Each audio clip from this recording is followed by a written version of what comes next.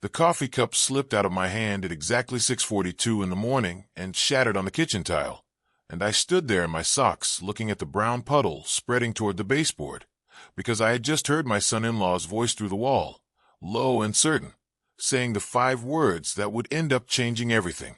"Old man, you're a burden." He didn't know I was awake. He didn't know the guest bedroom shared a thin wall with the kitchen, and sound in a 60-year-old farmhouse travels the way water finds a crack. He was talking to my daughter, Sarah, and his voice had that particular flatness men use when they've already made a decision and are only now getting around to informing everyone else about it. I did not go around the corner and confront him. I want to be honest about that from the start, because I know some of you would have. I stood in that puddle of spilled coffee in my sock feet, and I listened. Because for 38 years I built precision machine parts for aircraft engines, and the first thing you learn in that trade is that you never act on the first reading. You take the measurement twice. You take it a third time if the part matters. And this part mattered more than any part one had ever held in my hands. I had absolutely no idea, standing there at 6:42 in the morning, that in 4 months I would be sitting across a mahogany conference table from that same young man, watching him understand, in real time, exactly whose company he had been drawing a paycheck from his entire career. Neither did he. My name is Walter Hargrove. I'm 64 years old, and I live on 11 acres about 20 minutes outside Broken Arrow, Oklahoma, on a road that doesn't show up right on GPS unless you type in the county route number instead of the name everybody around here actually uses. The house is a single-story rancher I built the additions onto myself, one room at a time, over about 15 years, and the porch faces east so I can watch the sun come up over the pecan trees while I drink coffee that, most mornings, does not end up on the floor. I spent 38 years at a machine shop that most people driving past on Highway 51 would never look at twice. Low metal building, gravel lot, a sign that hadn't been repainted since the Reagan administration. I started there at 22 years old running a manual lathe, and I learned to hold a tolerance of 0.02 of an inch by feel before I ever learned to trust a digital readout. My hands still remember it. Even now, when I pick up a socket wrench to fix something on the truck, my fingers curl around it the exact same way they curled around a micrometer 40 years ago. Some things don't leave the body. They just wait. There's a particular smell to a machine shop that never leaves you once you've spent decades inside one. Cutting oil and hot metal shavings, and the faint ozone smell of an arc welder 2 bays over. And even now, 38 years and 6 years of retirement later, if I catch even a trace of it somewhere, a hardware store, a neighbor's garage, my whole body remembers being 22 years old again, standing at that lathe with my ears ringing under a pair of foam plugs, watching a curl of steel peel away from a piece of raw stock in one long unbroken ribbon, which is the sound and the sight of a cut done exactly right. My knees don't forgive me the way they used to for all those years, standing on concrete floors. My hearing in my left ear still carries a faint, permanent hum from 3 decades near machinery that was never quite as quiet as the manufacturer's specifications claimed. I carry the shop in my body the way some men carry a war, or a farm, or a marriage, not as a wound exactly, just as evidence that I was there, that I did the work, that the years actually happened to me and not just around me. I built that shop from 4 employees into 112. I am not going to pretend that was some solitary miracle. I had partners. I had a banker who believed in me before he had any good reason to. I had a wife, Doreen, who kept the books by hand at our kitchen table until the year we could finally afford software to do it, and who never once complained about the years we ate beans 3 nights a week so payroll would clear on Friday. Doreen passed 11 years ago. Cancer, slow enough that we had time to say everything that needed saying, fast enough that it still felt like a robbery. I think about her every single day. Usually around 4:30 in the afternoon, which was the hour she used to come find me in the shop and tell me it was time to come home. I still stop what I'm doing around then. 40 years of a habit doesn't care that the reason for it is gone. The wound that sits underneath all of this, the one that explains why what happened next hit as hard as it did, goes back further than Doreen.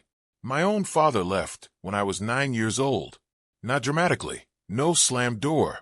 No big scene the neighbors talked about for years. He just didn't come home from a job in Amarillo one week. And then he didn't come home the week after that. and eventually my mother stopped setting a plate for him at dinner, and nobody said anything about it out loud. I grew up believing that a man's worth was measured entirely by whether he stayed, whether he showed up, whether, when things got hard, he was still sitting at the table the next morning. That is the whole reason I built anything at all. Not for wealth, for proof. Proof, mostly to a 9-year-old boy who still lived somewhere down inside me, that a man could stay, could build, could be the kind of person people could set their clock by. Which brings me to the relationship that was under threat before Preston ever opened his mouth that morning. My daughter, Sarah. Sarah is 31. She is sharp in the way her mother was sharp, quick with numbers, quicker with people.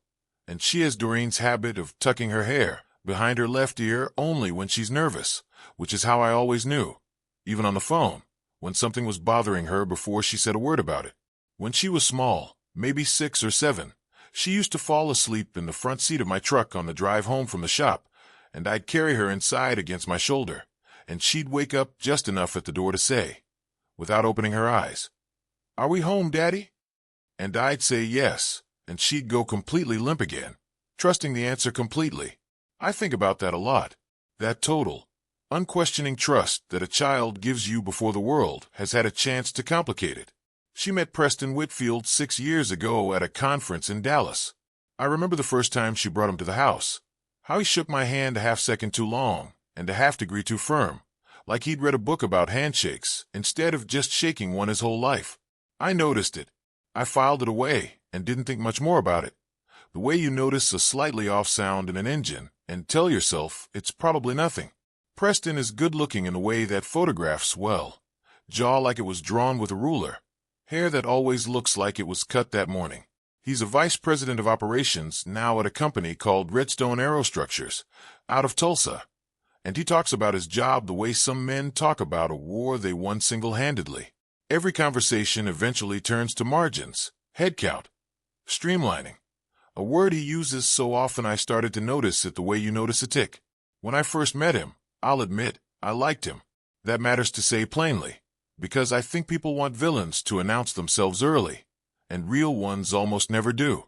He brought a bottle of good bourbon to that first dinner, instead of the cheap stuff a younger man usually brings to impress an older one, and he asked me real questions about the shop, how tolerances were checked before computers did it, what it felt like the first time a part I'd made left the ground inside somebody else's airplane. He listened to the answers, or seemed to. He complimented Doreen's photograph on the mantel, without knowing yet that she'd passed, and when Sarah told him quietly in the kitchen, he came back out and said something short and kind about it instead of pretending he hadn't heard it. I remember thinking, driving him and Sarah to the airport 2 days later, that my daughter had picked a good one. I want that on the record, because it is also part of the truth. Preston was not born a man who calls his father-in-law a burden through a bedroom wall. Something in him narrowed, over years, the way a road narrows the closer it gets to money it wants badly enough. His family, from what I gathered over the years, had done well, and then done poorly, and then done well again, in the particular way that leaves a certain kind of anxious hunger behind even after the money returns. His father had lost a construction business in the crash of 2008, and Preston had watched, at 16, men come take furniture out of his childhood home while his mother stood in the driveway with her arms crossed, not crying, just watching, the way you watch whether you can't do anything about. He never talked about it much. Sarah mentioned it to me once, quietly, the way you mention something you were told in confidence and immediately regret bringing up. I think that driveway explains more of Preston than his charcoal suits ever could. I think he decided, somewhere around 16 years old, that he would never again be the person standing helpless in a driveway. And that decision, left untended for 20 years, eventually curdled into something willing to put an old man in a driveway of his own if it meant Preston never had to stand in one again. I don't say that to excuse him.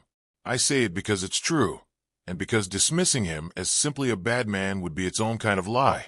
And I promised myself, sitting in Diane's office that first night, that whatever I did next, I would do it without lying to myself about who I was actually dealing with. The first small signal, the one I dismissed at the time and only understood the full weight of much later, came about 8 months before that morning with the coffee cup. We were at a cookout at my place, and Preston's phone buzzed on the picnic table, face down, the way it always sat, face down, every single time, on any surface, in any room. Sarah reached for it without thinking, the way a wife reaches for her husband's phone to silence a notification, and Preston's hand came down over hers fast enough that it knocked her wrist sideways. "I'll get it," he said, and he smiled when he said it. Easy, natural, like it was nothing. Sarah laughed it off.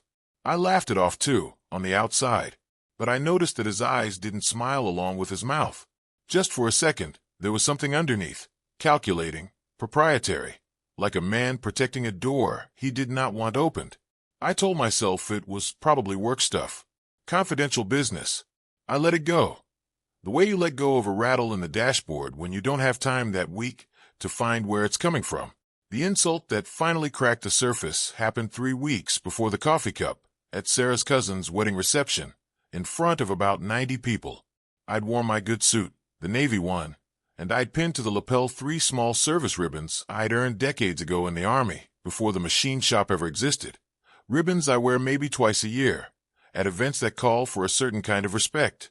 Preston caught sight of them across the room, walked over with a drink in his hand, and said, loud enough for the 2 men standing near him to hear, "Walter, you know nobody's going to ask you to re-enlist. You can take the costume jewelry off." The 2 men laughed. Not cruelly, just the reflexive laugh people give when someone confident makes a joke at someone else's expense, and they don't want to be the one who doesn't laugh. I felt the heat come up the back of my neck. I did not raise my voice. I did not take the ribbons off. I said, "I'll keep them on, if it's all the same to you." And I refilled my glass of sweet tea and walked to the other side of the room and talked to my late wife's sister for 20 minutes about her grandchildren instead. Sarah found me later and apologized on his behalf, the way she'd started doing more and more over the last year, and I told her it was fine. It wasn't fine, but I have learned that a man who reacts in the moment loses the moment. I was not ready to lose anything yet. I didn't fully understand yet that there was anything left to lose. Which brings us back to that Tuesday morning, the 17th of March, at exactly 6:42, standing in a puddle of spilled coffee, listening through a wall built in 1974, to the sound of my son-in-law explaining to my daughter what he thought of me. "Old man, you're a burden," he said. "I don't understand why we keep pretending otherwise. He can barely keep this place up. One bad fall out here, and it's a liability nightmare for us, Sarah, not just for him. You need to start having the conversation about the Meadowbrook facility. It's a good place. It's not a punishment. It's practical." Meadowbrook was an assisted living facility 40 minutes away that I had toured exactly once, 18 months earlier, out of curiosity after a neighbor mentioned it, and mentioned once, in passing, at a Sunday dinner, that it seemed clean and well run. I had said it in the same tone you'd use to comment on a restaurant. Preston had apparently filed that comment away like a piece of evidence, and was now presenting it back to my daughter, as though it were my own quiet request for exile. Sarah's voice was lower, and I couldn't make out all of it, but I heard the shape of her, hesitant, defensive, the voice of someone caught between 2 people she loves who are not, at that moment, being fair to each other. I heard the word "dad." I heard "not yet." I heard Preston's voice cut back in, patient, reasonable sounding, the voice of a man who has learned that reasonable sounding is more effective than angry. "I'm not saying tomorrow," he said. "I'm saying we start the paperwork now, quietly, so it's ready when it's needed. You know how he is. He'll fight it when the time comes if we don't already have it in place. Better to have your Uncle Denny look at the power of attorney language now, while everyone's calm, than scramble later." My hands went cold. In March, in Oklahoma, with the heater running, my hands went cold, the way they do sometimes right before a bad piece of news lands, like the body knows a half-second before the mind catches up. Power of attorney. Paperwork, quietly, now while everyone's calm. I had run a business for 38 years. I knew exactly what those words were doing when strung together in that order by a man who talked about margins the way other men talk about their children. I bent down, picked up the pieces of the broken mug. It had been Doreen's, a chip blue one from a diner in Springfield we'd stopped at on our honeymoon, the only piece of hers I drink out of most mornings, and I did not go around the corner. I did not raise my voice. I got the broom. I swept the shards into the dustpan. I poured a second cup of coffee into a plain white mug from the cabinet, and I sat down at the kitchen table and waited for them to come find me for breakfast like nothing at all had happened. I want to explain something before I go further, because it matters for everything that comes after. Preston did not know one thing about me. He knew I had worked at a machine shop. He knew I had, in his estimation, done fine for myself for a guy like that. He had visited the shop exactly once, years ago, before I sold it, and he had walked through the floor with the mild, tolerant expression of a man touring a museum exhibit about a version of work he considered obsolete. What Preston did not know, what almost nobody outside 4 people on the planet knew, is that I had not simply sold that machine shop when I retired at 58. I had restructured it. 14 years earlier, when a large aerospace supplier out of Wichita approached me about acquiring the company, I had negotiated something unusual. Instead of taking a lump sum and walking away the way most men in my position would have, I had rolled the majority of my equity into the acquiring company through a holding vehicle, an entity called Ironwood Family Holdings, structured with the help of an old friend who happened to be one of the sharpest corporate attorneys in the state, a woman named Diane Kessler, who I had known since she was a paralegal doing our contracts on the side back, when neither of us had 2 nickels to rub. Together, that acquiring company, over the following decade, through 2 more mergers, eventually became a subsidiary of a larger group known as Redstone Aerostructures, the company my son-in-law worked for, the company where he had, 18 months earlier, been promoted to vice president of operations, and where, at that very moment, on a shelf somewhere in a compliance file he had likely never once requested to see, sat a shareholder registry listing Ironwood Family Holdings as the single largest private stakeholder in the parent group, controlling, quietly, just over 31% of the entire operation, more than double the stake held by any other individual investor. I was not on the board under my own name. I had structured it that way on purpose, years before Preston ever entered our lives, for reasons that had nothing to do with him and everything to do with a lesson I'd learned the hard way in business. That money changes how people look at you before it changes anything else about you. And I had wanted in my retirement to be looked at the same way I'd always been looked at, as Walter, not as a number on somebody's cap table. Diane still ran point on the holding company for me. I received quarterly reports. I attended 2 shareholder meetings a year under the Ironwood name, represented in most rooms by Diane herself, with myself listed simply as W. Hargrove, managing member, a name that meant nothing to anyone unless they went looking, and nobody in that boardroom had ever had a reason to go looking. Preston Whitfield had built his entire identity, his sense of superiority, his casual cruelty toward the old man, who could barely keep this place up, on top of a foundation he did not know I owned. I sat at that kitchen table on the morning of March 17th with my coffee going cold and Doreen's mug's plain replacement, and for the first time in a long while, I felt something other than hurt. I felt something quieter, something more patient. I did not yet know what I was going to do. I only knew, with total clarity, sitting there in the smell of burnt coffee grounds and the sound of my daughter's footsteps finally coming down the hallway toward the kitchen, that I was not going to react. Not that day. Maybe not that month. I was going to find out exactly how deep this went first. Sarah came in wearing one of my old flannel shirts over her pajamas, the way she'd done since she was a teenager, and she poured herself coffee and asked if I'd slept all right, and I said fine, and Preston came in a few minutes later in a golf shirt even though he had no golf plan that day, just the kind of shirt a man wears to communicate that he is a certain kind of man, and he shook my hand, a half-second too long, a half-degree too firm, same as it had been 6 years earlier at the front door, and said, "Morning, Walter. Sleep okay out here? These old houses settle a lot at night, don't they?" "They do," I said. "This one's been settling for 60 years. Still standing, though." He smiled at that like it was a pleasant, harmless little exchange between an old man and his daughter's husband. He had no idea what he'd just said to a man who had, 90 minutes earlier, heard him plan to have his house replaced with a paperwork filing. I did not confront him that morning. I did not confront him that week. I want to walk you through exactly why, because I think it's the most important decision in this whole story, and it's the one I'd make again every single time. If I had walked around that corner at 6:43 in the morning and said what I wanted to say. Here is what would have happened. Preston would have denied the framing. I never said burden, Walter. You must have misheard.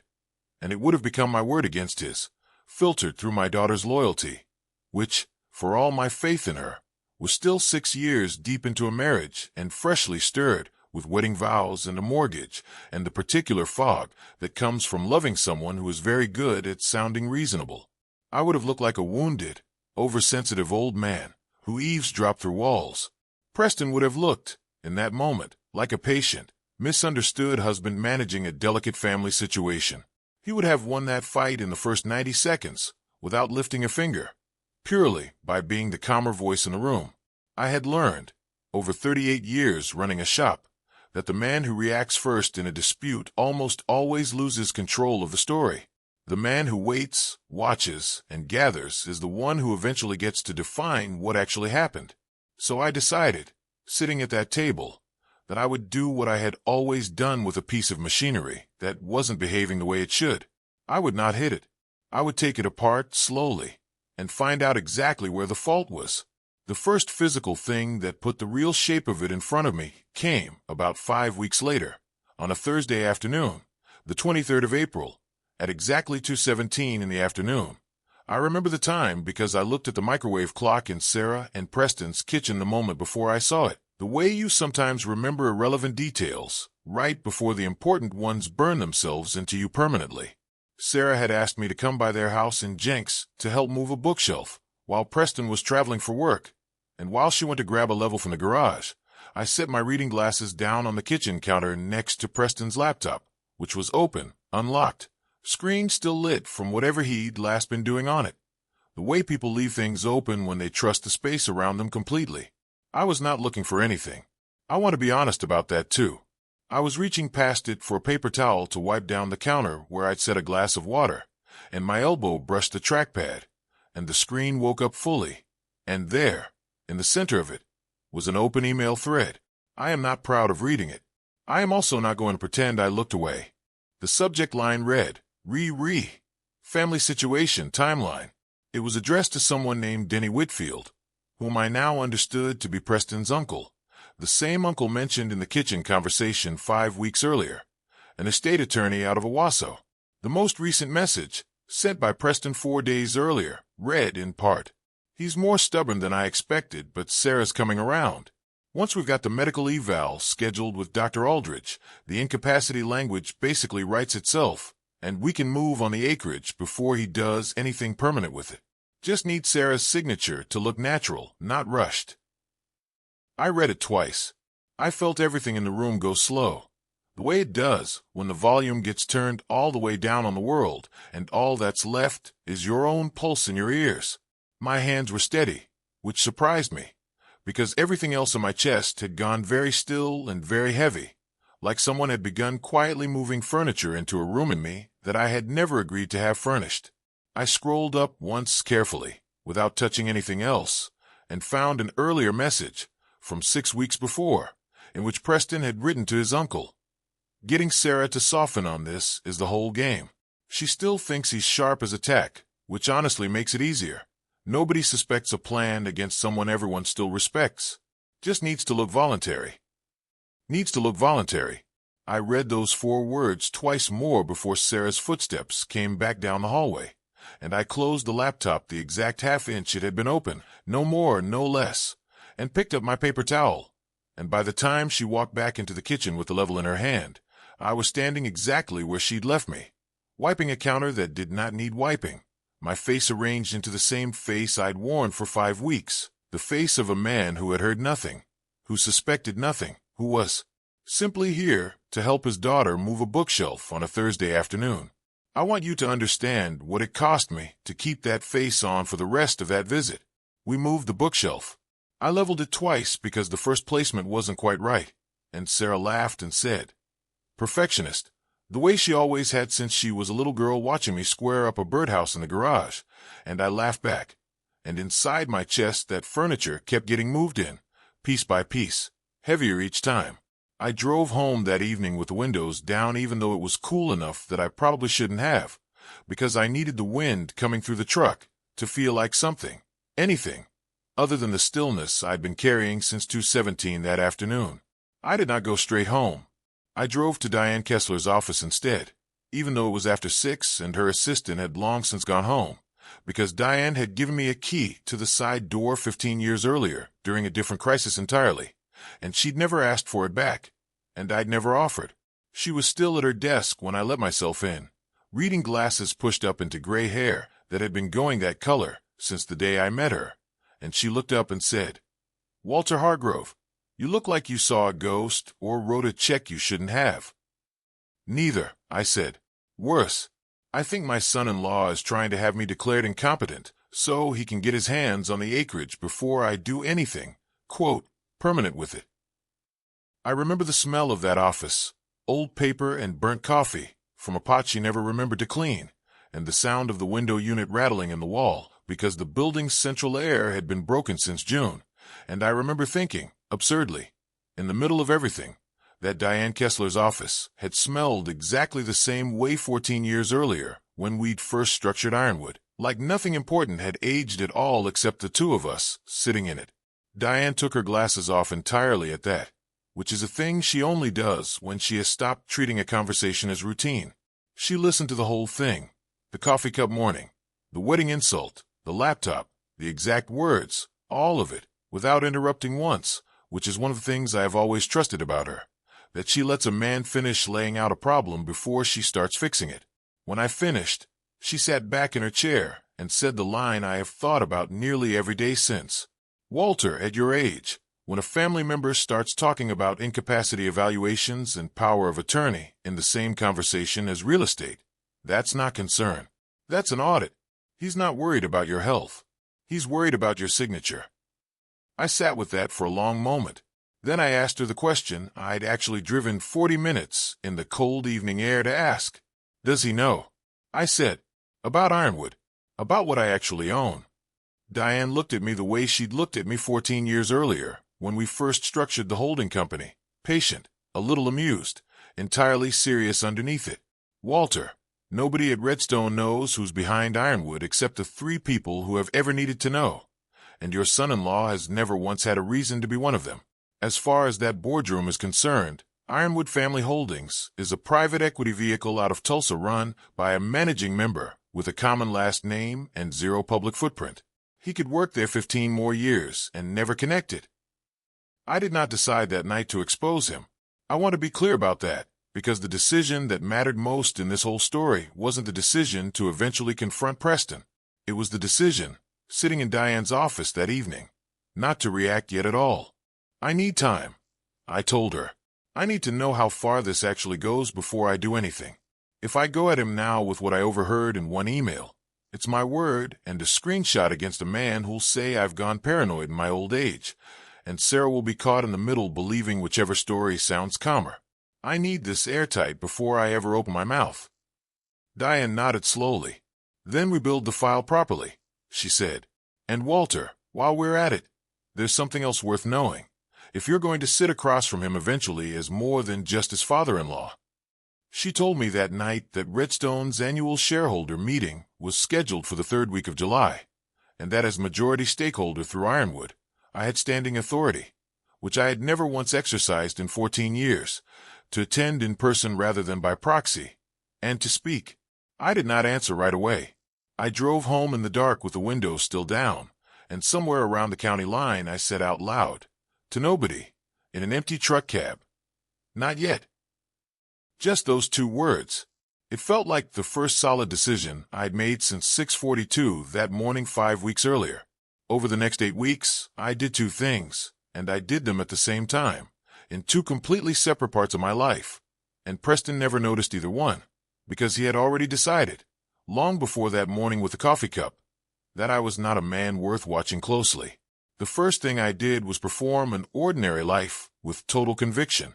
I want to describe this because I think it's the part people underestimate about a situation like this. How much energy it takes to be entirely normal while carrying something enormous. I went to Sunday dinners at Sarah and Preston's house twice during that stretch, and I complimented Preston on a new grill he'd bought, and I asked him how the Meridian contract renewal was going at work. A contract I already knew, from Diane's quarterly report, had come an 11% under projected margin, and I nodded along while he explained it to me in the tone of a man explaining fractions to a child, and I said things like, "That's real good, son," in a voice that cost me more than anybody in that kitchen would ever know. I mowed my own 11 acres on schedule. I fixed the fence line along the north pasture. I had coffee every morning in the plain white mug, because I had put Doreen's blue one, the last unbroken piece of it that had survived the shattering 5 weeks earlier, into a cabinet where I wouldn't have to look at it every day while I was carrying all of this. The second thing I did, quietly, alongside all of that, was build a file. Diane helped me retain a private investigator named Curtis Boyle, a retired Tulsa police detective who'd spent 22 years in financial crimes before going independent. A heavy-set, unhurried man who chewed on the cap of a pen the entire time he talked and who told me, in our first meeting, a line I have not stopped repeating to myself since. "Mr. Hargrove," he said, "at your age, family scams don't look like crime. They look like concern. That's what makes them almost impossible to catch until it's too late. Everybody around you is trained to assume the person expressing concern loves you. Sometimes they do. And sometimes concern is just accounting wearing a nicer shirt." I met Curtis for the first time in a diner off Highway 51, not far from where my old shop still sits under somebody else's ownership now. And he ordered a chicken fried steak he barely touched because he talked through most of the meal instead of eating, laying out for me exactly how a case like this usually unfolds. "Most families think this kind of thing looks like a movie," he said, tapping the pen cap against his teeth. "Somebody discovers one smoking gun document, and that's the whole case. It's never one document, Mr. Hargrove. It's 4 or 5 small ones that don't mean much apart, and everything on this earth by themselves. And then you lay them side by side on a table, and suddenly they're a timeline instead of a coincidence. My job the next few weeks isn't to find you one big piece of proof. It's to find you enough small pieces that nobody in a room full of lawyers can call it a misunderstanding." I believed him. I'd spent 38 years in a trade where a single measurement means nothing and a full set of them, taken carefully, means everything, and something about the way he explained it felt like a language I already spoke fluently, just applied to a different kind of machine. Curtis, over 6 weeks, working carefully and never once tipping his hand, confirmed a great deal more than the single email I'd seen. He obtained, through entirely legal means, public court filings and a records request Sarah herself, without knowing the reason, was able to help pull because her name was already on some joint paperwork. A copy of a draft power of attorney document, prepared by Denny Whitfield's office, dated 3 weeks after the coffee cup morning, listing Sarah as sole agent, with broad authority over real property, specifically naming the 11 acres and the house by parcel number. It had not yet been signed. It was sitting, ready, waiting for what Preston's own email had called the right moment to look natural. Curtis also found, through a source at Dr. Aldridge's office, who confirmed only the existence of a scheduling inquiry and nothing about any medical details, that an appointment had in fact been provisionally held under my name for a cognitive evaluation, an appointment I had never made, never requested, and never once heard mentioned to my face. And separately, this part had nothing to do with Curtis, and everything to do with Diane simply doing her job as she'd always done it. Diane pulled the full compliance file on Redstone's senior leadership ahead of the July shareholder meeting, standard preparation for any major stakeholder, and found, buried in an internal HR memo from 4 months earlier, a note in Preston's own handwriting attached to a restructuring proposal that read, "Recommend sunsetting 3 legacy floor level positions held by employees over 60, headcount reduction target, optics manageable, framed as voluntary retirement incentive." I sat with that memo longer than I sat with almost anything else in this whole story, because it wasn't really about me at all. It was about the exact kind of man Preston had decided, somewhere along the way, that older people simply were. A cost, a liability, a line item to be managed with better optics. He had said it about his own father-in-law in a kitchen, and he had written nearly the same sentiment, in slightly more careful language, about 140 employees he had never met and never bothered to learn the names of. There was one Sunday dinner during that stretch, the second week of June, that nearly broke my resolve entirely, and I think it's worth telling, because I don't want you to believe the waiting was easy or that I was made of something sturdier than you are. Sarah had made a peach cobbler, her mother's recipe, and halfway through dinner Preston reached over and squeezed her hand and said, "To the table in general. We're thinking about starting a family next year, once things settle down at work." And Sarah looked so genuinely happy, saying it back to him, that I had to excuse myself to the bathroom for almost 4 full minutes, running the tap, so nobody would hear anything, because sitting in my chest at that exact moment was the knowledge, which she did not yet have, of exactly what kind of man was about to be the father of my first grandchild, and I did not know yet whether I would get to stop it in time, or whether I would simply have to watch it happen and be ready to catch whatever came after. I splashed water on my face, looked at myself in the mirror over that little pedestal sink, and told the old man looking back at me the same thing I'd been telling him for weeks. Not yet. Almost. Not yet. I went back out and ate my cobbler and told Preston, truthfully, that I hoped it happened for them, because whatever else was true, that part of my hope for Sarah was never a lie. Not for one single day of any of this.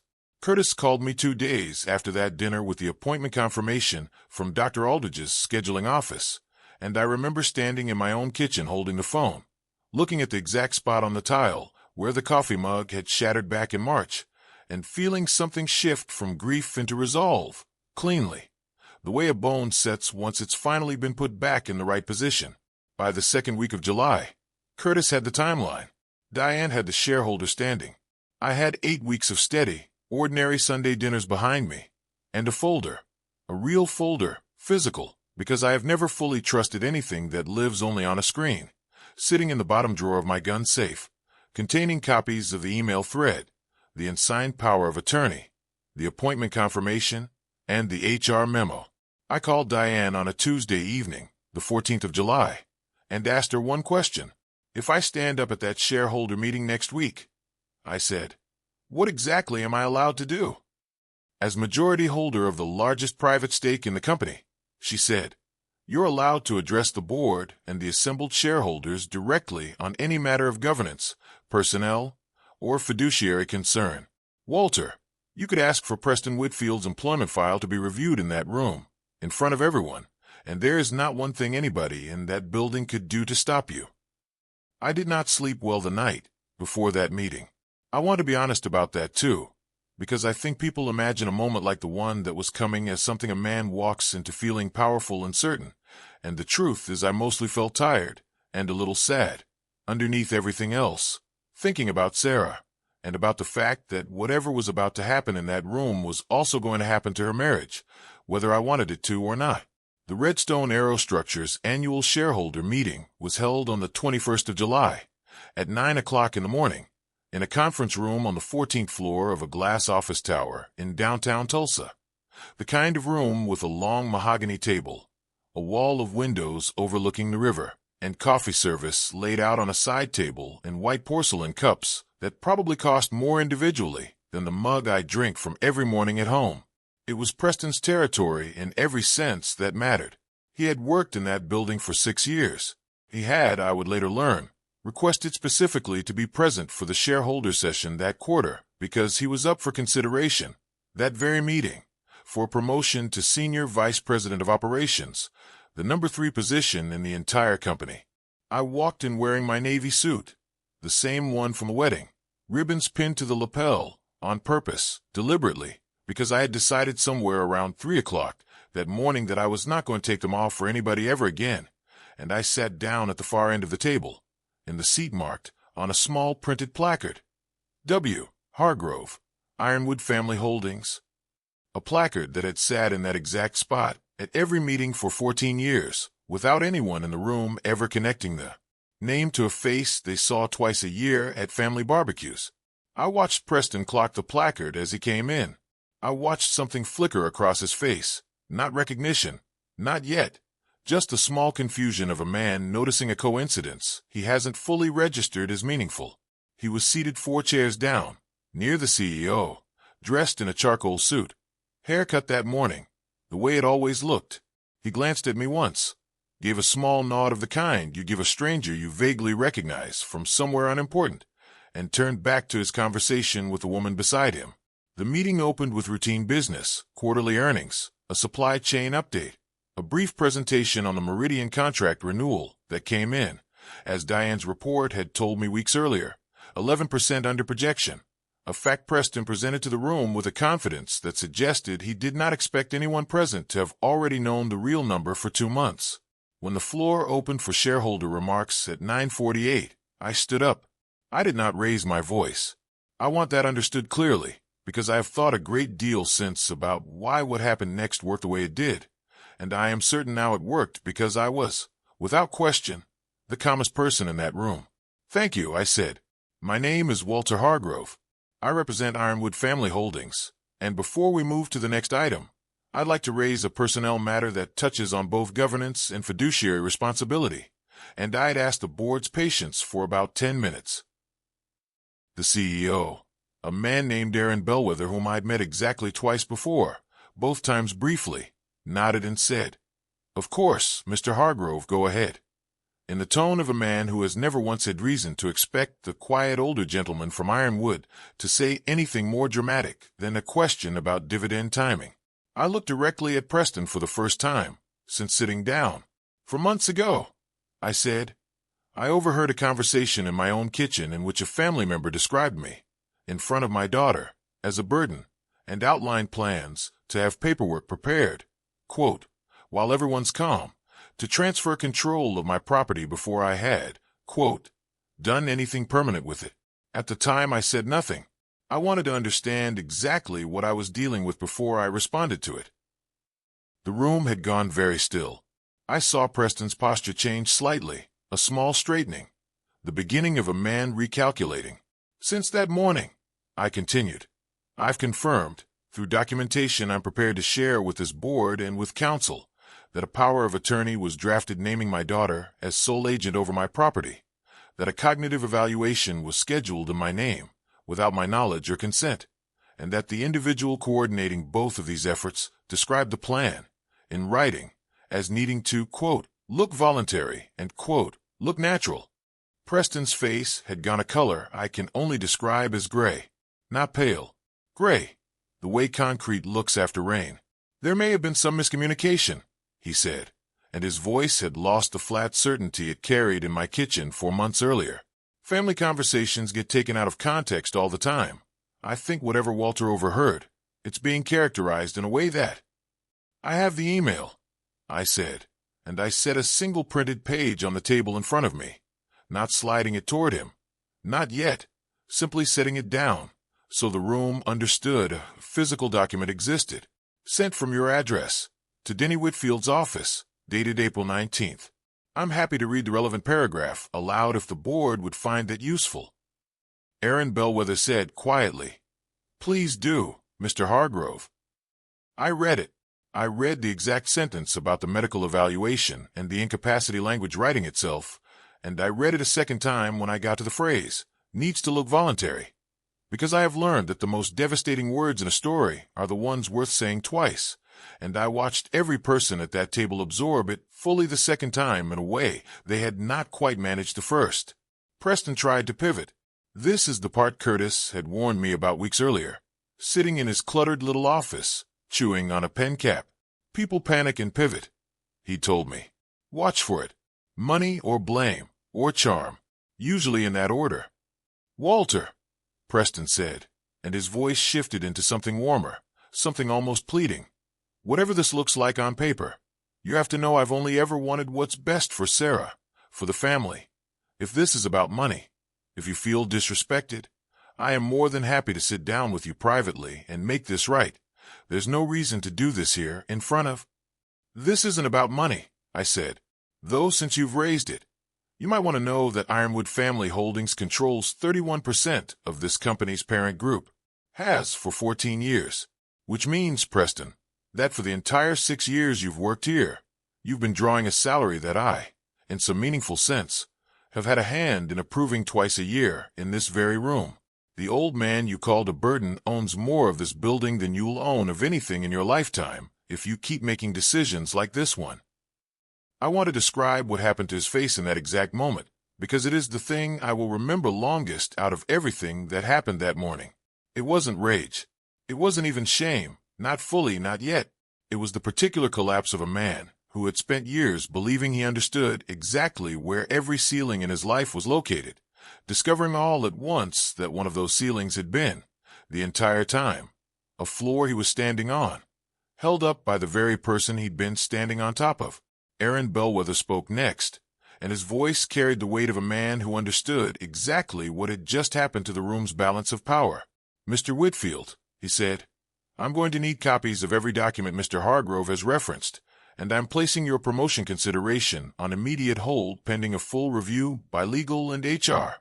Additionally, given the personnel memo regarding age-based restructuring that's come to my attention separately this week, I think it's appropriate that this review be broadened beyond today's specific matter." That last part, about the memo, I had not orchestrated. Diane, it turned out, had flagged it independently to compliance days earlier, following her own standard procedures, entirely apart from anything I'd asked her to do, and its arrival at that exact moment felt less like my revenge and more like the truth simply arriving from every direction at once, the way it tends to when a person has spent too long assuming nobody was checking.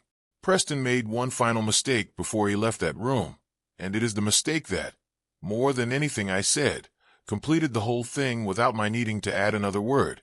He looked at me, and something in him seemed to reach for the old certainty one last time, and he said, quietly, but not quietly enough, "This is unbelievable. Sarah is going to hear a very different version of this." "Sarah," I said, "already knows everything in that folder. I gave her a copy of it Sunday night. She's the one who told me this morning she hoped I would still come today." I watched that land on him harder than anything else had, harder than the 31%, harder than the paused promotion, the idea that his own wife had already seen the truth and had let him walk into that room anyway. He gathered his things without another word and left. I noticed, as he passed the coffee service on his way to the door, that his hand brushed one of those white porcelain cups hard enough to knock it off the tray, and it hit the floor and cracked clean in half, and nobody in that room but me seemed to register the small, strange symmetry of it. A cup breaking on tile, the same sound that had started this whole thing 4 months earlier in my own kitchen, closing it now in a conference room 14 floors above the Arkansas River. Aaron Bellwether thanked me, and before moving on, he did one more thing I hadn't expected. He asked his general counsel, a quiet woman named Priya Chandrasekharan, who had been taking notes the entire time, to confirm on the record that both the power of attorney draft and the scheduling record would be preserved and forwarded to the appropriate state licensing board regarding Denny Whitfield's conduct, and that the personnel memo would be handled through a formal HR investigation rather than simply an internal reprimand. "I want to be clear," he said, looking around the table, "that this board takes seriously not just what was attempted here, but what it reveals about how this company's culture may have let it go unnoticed for as long as it did. Mr. Hargrove, thank you for your patience and your discretion in bringing this forward the way you did." The room moved on to the next item on the agenda within about 4 minutes after that, the way rooms full of business people do, budgets and quarters and headcount projections filling the space back in like water closing over a stone, and I sat back down in my chair, next to a placard that finally meant something to everyone present, and I noticed, distantly, that my hands were shaking slightly, not from fear, but from the simple fact that they had been holding something very heavy, very still, for 4 straight months, and had only just now been allowed to put it down. I did not feel triumphant sitting in that chair. I want to be honest about that, because I think it's the part of a story like this that people expect least and understand least until it happens to them. I felt tired. I felt, underneath the tiredness, a strange and unwanted sadness, thinking about the Preston who had, once, 6 years earlier, brought Sarah flowers for no occasion at all and stood a little too straight and a little too nervous in my driveway asking permission to marry my daughter, a young man who I had believed, at the time, wanted to be good, and who had somewhere between that driveway and this conference room decided that being good was less useful than being comfortable. I don't know what happened in him. I don't think anyone in that room fully knows. People are rarely simply villains. Most of them are just afraid of something, and afraid people make cruel, efficient decisions when they think no one is watching closely enough to notice. I drove home from downtown Tulsa a little after 11 that morning, and I did not go straight into the house. When I got there, I sat in the truck in my own driveway for close to 20 minutes, engine off, windows down, listening to the cicadas starting up in the pecan trees. The same sound I'd been hearing every July of my life on this exact piece of ground. And I thought about Doreen. And I thought, oddly, about my own father, the one who never came back from Amarillo. And I wondered, not for the first time, what it would have looked like if somebody had once sat him down the way I had just sat Preston down, and told him plainly, in front of people who mattered, exactly what he was worth and exactly what he was throwing away. There was a moment, sitting there with the engine ticking as it cooled, that I want to describe carefully, because it surprised me more than anything Preston had said or done that morning. I felt, underneath the exhaustion and underneath the relief, a small current of something that took me a while to name correctly. It wasn't triumph. It was closer to grief. Not grief for Preston exactly, but grief for the version of his family that might have existed if none of it had ever needed to happen at all.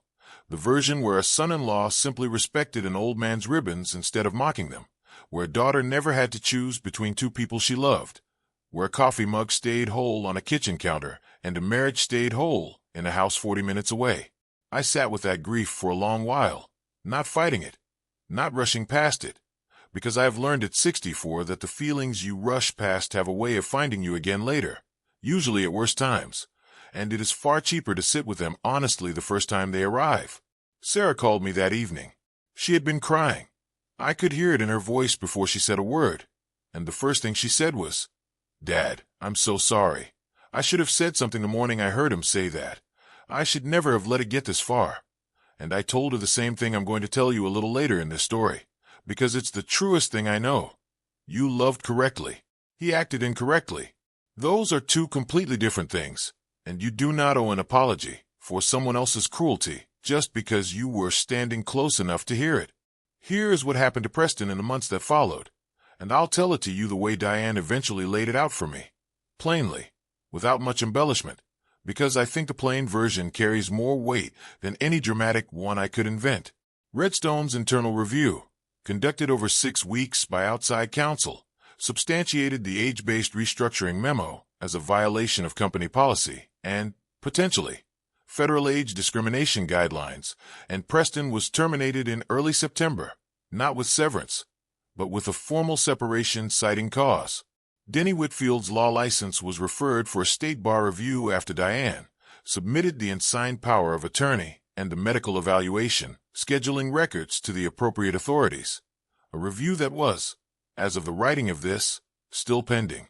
Preston and Sarah separated in October. Sarah filed for divorce in November on her own, without pressure from me, a decision I did not celebrate and did not discourage because it was never mine to make. Last I heard, through Sarah, Preston had taken a position doing operations, consulting for a much smaller firm in Broken Arrow, at roughly half his previous salary, in an office considerably less impressive than the 14th floor with the river view. I don't say that with satisfaction, exactly. I say it the way you'd read a weather report. Sometimes the bottom is simply the place a person finally has to start building something honest, if they're willing to. I want to tell you what my life looks like now. About a year on from that morning with a coffee cup. The house still faces east. The pecan trees are doing well this year. We had good rain in the spring, and the north pasture fence I mended back in April has held through 2 bad windstorms without a single post giving way, which I take a small, stubborn pride in every time I drive past it. Doreen's blue mug came back out of the cabinet about 2 months after the shareholder meeting. I don't fully know why it took me that long, except that some things need the air to settle before you can hold them again without your hands going cold. I drink from it most mornings now, on the same porch, watching the same sunrise, and some mornings it still catches me a little, the chip on the rim under my thumb, but mostly now it just feels like drinking coffee with my wife again, in the small way that's still available to me. I sold the 11 acres to no one. I want to say that plainly, because I think somewhere in the back of my mind, the whole time this was unfolding, there was a fear that even winning would somehow cost me the ground itself, that once a thing like that gets set in motion it finds a way to happen anyway. It didn't. The parcel number Denny Whitfield's office had typed so carefully into that unsigned power of attorney still belongs to me, still has my name on the deed down at the county recorder's office, and I drove down there myself about a month after everything settled, mostly just to stand at the counter and watch the clerk pull it up on her screen, and read my own name back to me.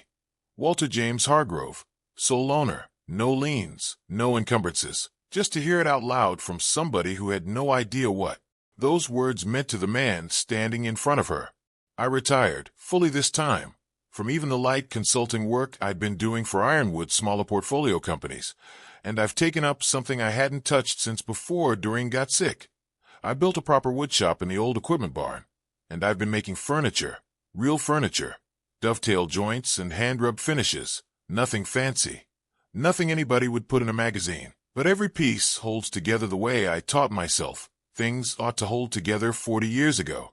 On that lathe, I made Sarah a hope chest for her birthday in October, cedar-lined, her mother's initials carved small and plain into the underside of the lid, where only she would ever find them, and when she opened it she cried for a good 5 minutes before she could say thank you, and I sat with her on the porch steps until she was ready, the same way I used to sit with her on the porch steps when she was 7 years old, and had skinned a niece she thought was more serious than it was. She's dating someone new now, a schoolteacher named Marcus from over in Coweta. Quiet, unhurried, the kind of man who shakes your hand exactly once, exactly firm enough, and lets it go.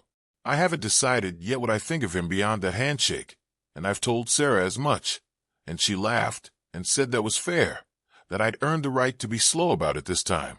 I intend to be. Some lessons only need teaching once, but I don't intend to forget this one for the rest of my life. Sarah comes out most Sundays now alone, and we've started doing something we never did much of before all this. We talk, really talk, about her mother, about the years I worked too much when she was small, about the things neither of us said out loud for a long time, because it was easier not to. 2 weeks ago she brought over a box of Doreen's old recipe cards, and we sat at the kitchen table and made her mother's pot roast together for the first time since she was maybe 15 years old. And the smell of it filled the whole house, and for about 20 minutes it felt like nothing at all had ever gone wrong in this family, which I know isn't true, but which felt true enough, sitting there, to matter. I still go to the 2 Ironwood shareholder meetings a year. I still sit in the seat with the placard. Preston's old chair, for seats down, is occupied now by somebody I've never met, and I have no particular feelings about that person one way or the other. The company is doing fine. The Meridian contract came in on target the following quarter. The small daily joy I hold on to now, the one that tells me I've actually landed somewhere solid rather than just survived something painful, is this. Every morning, around 4:30 in the afternoon, out of a habit that is now 30 years deep and shows no sign of loosening its grip on me, I still find myself glancing toward the door of whatever room I'm in, the old reflex of expecting Doreen to appear and tell me it's time to come home. She doesn't, of course, but most days now, instead of feeling the old ache when the door stays empty, I feel something closer to gratitude, that I got to build a life worth missing that much, and that I got to protect it. In the end, the same slow, patient, unhurried way I built it in the first place. Here is the truth this whole story was ultimately about, the one sentence I would want you to remember if you remember nothing else. Cruelty toward the people who built the ground you're standing on always eventually reveals whose ground it actually was. People who treat age as weakness are almost always betting that nobody bothered to check the paperwork. Sometimes somebody has. Respect, I've come to believe, is never really about what a person can prove they own. It's about what a person is willing to assume about you before they've bothered to find out anything at all. And that assumption tells you everything you need to know about their character long before any paperwork ever does. I think often about the difference between the man I was at 6:42 that morning, standing over a broken mug, not knowing yet what I was going to do about any of it, and the man who eventually sat down in a conference room 14 floors above the Arkansas River. The distance between those two men wasn't courage, exactly. It was patience, and it was documentation. And it was a willingness to let 4 whole months pass without the relief of saying a single word out loud, because I understood, somewhere underneath the hurt, that the story only belongs to the person who's still standing when all the facts are finally on the table. If you're watching this and you're the age I was when my own father walked out and never came back, and you're wondering whether staying, whether building, whether being the dependable one actually means anything in the end, I promise you it does, even on the years it feels invisible. Somebody is always keeping score, even when it doesn't look like it. Even when the person you're building for is a version of yourself that hasn't been born yet, a 9-year-old boy standing at a window 40 years ago, or a grandchild who doesn't exist yet, but will one day inherit a hope chest with initials carved into the underside of the lid. If you are a person who has spent your whole life being underestimated because of your age, your work clothes, your quiet way of moving through a room, I want you to know that underestimation is not a weakness you carry. It is a piece of information other people are giving you freely about exactly how much attention they've actually paid to who you are. Use it. Let them keep underestimating you for exactly as long as it serves you to be underestimated, and not one day longer than that. If you're an adult child right now, watching a spouse or a partner slowly reduce one of your parents into a line item, a liability, a burden, please, gently, start paying closer attention to the specific words being used in your own kitchen, because the word voluntary, attached to someone else's decision, is very rarely actually voluntary. If you're the parent currently absorbing an insult like the one I absorbed at that wedding, biting your tongue because the moment doesn't feel like the right one to fight in, trust that instinct. The right moment is rarely the first one. It's the one you've actually prepared for. And if you are right now, in the hardest part of a story like this one, still inside it, still gathering, still uncertain whether anyone will ever believe you over someone more polished and more confident than you feel most days, I want you to hear this clearly. You loved correctly. They acted incorrectly. Those are two completely different things, and you are allowed to hold both truths at once, that you loved someone who did not deserve the patience you gave them, and that giving it anyway does not make you foolish. It makes you exactly the kind of person worth protecting. If any part of the story fell close to your own life, here is one small, practical thing you can do this week. If a family member has recently started talking about power of attorney, medical evaluations, or getting paperwork in order on your behalf, and the timeline feels rushed, or the language feels like it's being managed rather than discussed, you are allowed to ask for a copy of every document with your name on it before you sign anything, and you are allowed to have your own attorney review it. One who represents only you, paid for by you, answerable only to you. That is not paranoia. That is simply due diligence applied to your own life, and you have earned the right to apply it.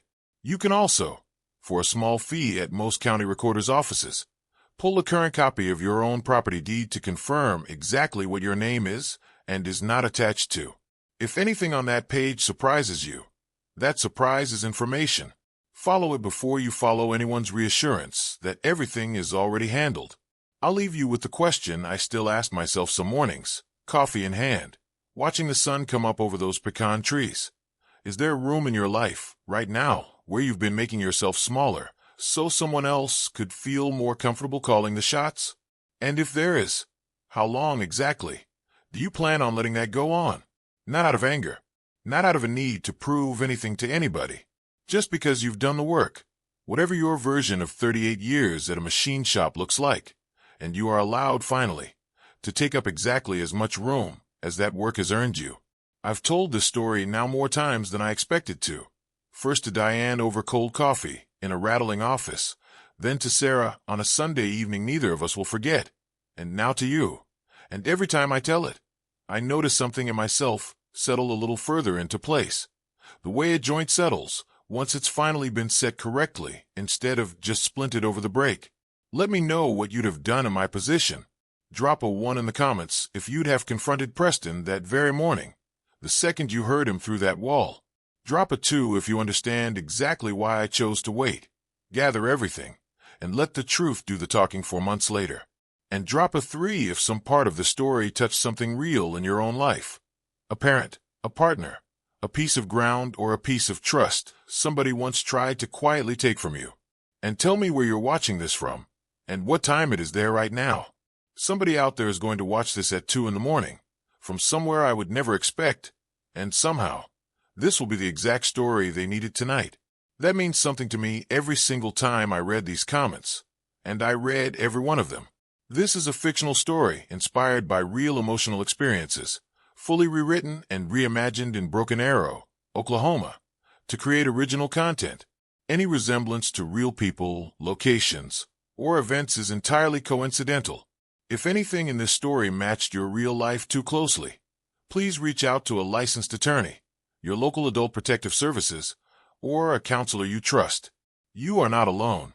And remember, sometimes the truth does not arrive with a crash. Sometimes it is just a quiet sound you finally stopped ignoring. Pay attention. Stay kind. Stay awake.